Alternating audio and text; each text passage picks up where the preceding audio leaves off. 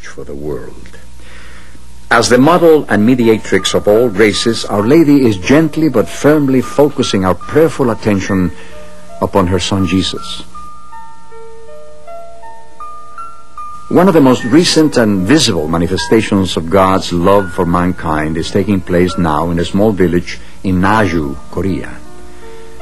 It began on June 30th, 1985, when a statue belonging to Julia Kim, a wife and mother of 3, began weeping tears. The statue has wept many times since then, even tears of blood.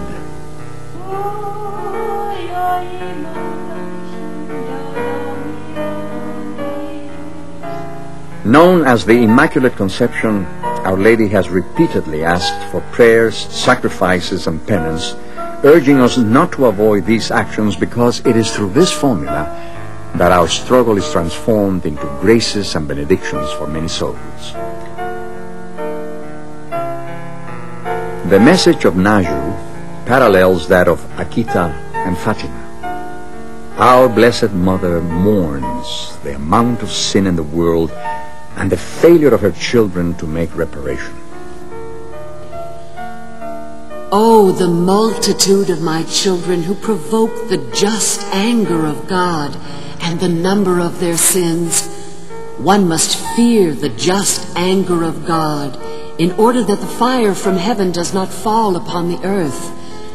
I pray without ceasing for those of my children who have fallen into vice and corruption, suffering in their place. But if one does not accept the messages that I give, if one continues to accommodate to the things of the world without seeking those of heaven, it will be too late. I ask you this because the chastisement could come through the human race itself. One of the strongest messages being transmitted to the world from Naju addresses the issue of abortion. Our Lady has told me that these little lives beg to live. What suffering could be more atrocious than that of these little innocent lives, forced to undergo monstrous punishments, being ripped from their mother's wombs? It grieves Jesus and Mary so much.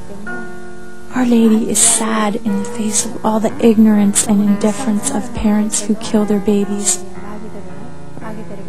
These are sacred lives.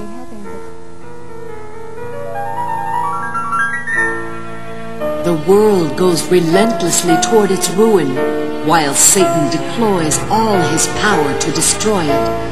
I wish to save the world by the victory of my mercy and love. That is why my Immaculate Heart will triumph.